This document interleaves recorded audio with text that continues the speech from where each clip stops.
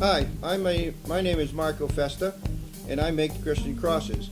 And I'm going to show you how I make them, and I think it's the easiest way, and the tools that I use. The crosses I'm going to make, here's a sample of the cross, but I'm going to do it in all red. First of all, I need to cut my wire because I need 3 sizes of wire. I made this little measuring device here to cut wire, and I take my wire and I measure 7 inches for the top part of the cross and cut it, and for the middle part of the cross is 12 inches, cut it, and for the bottom part of the cross I use 17 inches and cut it. And this way I know exactly what I'm going to use. And I have a little hook here that I put the wire on just so it doesn't roll back, and I can fold this up. Now all these measurements are done on a 22 gauge wire. If you use a different gauge wire, the measurements will definitely be different. Then I turn around and take this little piece of wood that I made an angle out of. It's to hold a vise, and this clamp to clamp it to my table, like so. And this little vise here, I bought it on the internet. It's a jeweler's vise. It's only 10 bucks. You can get it on the internet with no problem. And when I got the vise, I went and drilled a little hole on the side, which I'll show you what that will do in a minute. And I put it right on my jig here. We're going to use 4 nails, 2 bottoms that are going to look like this, and 2 tops that are going to look like this here. And we're going to wire them together to make a cross. Alright, we take 2 nails like so, put them together, and I usually hit them up against the vise to make sure they're even, and put them in the vise like so, and tighten them down. Just catch the ends, that's all you need to do. And we use the long wire, which is the 17-inch wire here, and that little hole I talked about earlier, we put it right in there, and we just put it around, and we just start wrapping it around here like so. And after a while you get pretty good at it where you can get your wires close together, and every once in a while give it a little push back and it pushes the wire tight all the way to the end.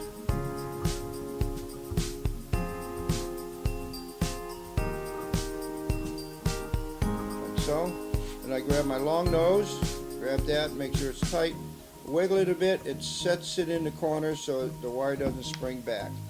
You get your side cutters and you cut them. Take your long nose and just pinch over the end, and then take it out, and then cut off the excess here, and just take it and push over the end there so it's even, it's flush and nice, and you have a nice little bottom. Now the tops, you got a little space right in here. You want to close that space just a little bit, enough to turn around. You can feel it when you do it. And I put them together like so. I put my pliers on it to make sure that it's even, so it's a little high, and I just kind of tap it there to get them nice and even. And I put them in the vise like so. Then I take the short wire, which is a 7-inch one. As you can see, they're cut just to fit in that space. And then just wrap it around here like so again.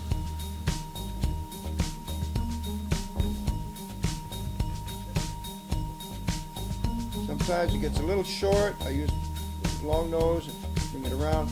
Now the thing is, instead of bringing it all the way around, you bring it out like so, and then I bring it up into that little crotch right there. Make sure it's tight. Then you cut it very close. And then I just take one end of the long nose and just push the ends down so you don't feel no burr. Take it out. Cut off the excess. And then just kind of push it down and you're all set. Alright, you're all set. Now we got to turn around and put these together. Now there's a back and a front to these. When you have, the back is where the end of the wire is cut off there, and you want that to the back. And the same thing with this one here. The wire is cut off the end here and there. You want that to the back. So you put these together like so. And you get your channel locks like so. And you grab the end of it and tighten it right up. And you have your cross together, holding it with the channel locks. Now you take your 12-inch wire and you fold it in half, like so, and then I usually cross it over like so. Then I take it and put it over the bottom part like this, and kind of squeeze it together like so. And then they're crossed right there. Bring this wire down. Now I hold it with my finger here so it's tight, and then I take this other wire and bring it across like that. I got a little, you notice a little cross right there. You flip it over and you bring it another cross this way, and this way you got to make another cross this way right there. Then you take your wire and you start wrapping it around the shank like so. I usually do two wraps on that end to hold it in place, and then I find it easier to get the long nose pliers and hold the end of the wire. So you got it. You can hold it better this way, tight, and then just start wrapping around the shank. Make sure that the wires are tight up against each other with no spaces. It takes a little practice for that, but you get it. All the way to the end, like so. Right there. You want to end, when you cut it, you want to end at the bottom. Then you go back to this other side, do the same thing.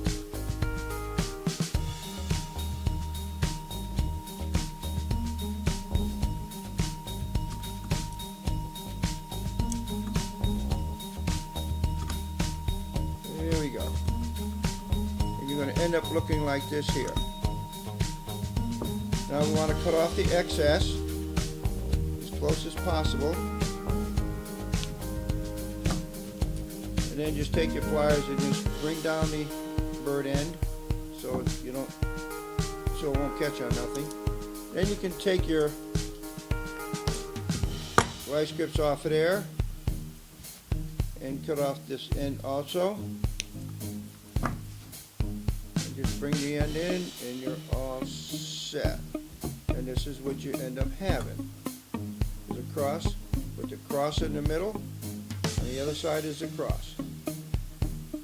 Okay, now that we got the cross all finished, I will put the lanyard on it, or the necklace here. And I get these here from nailbenders.com.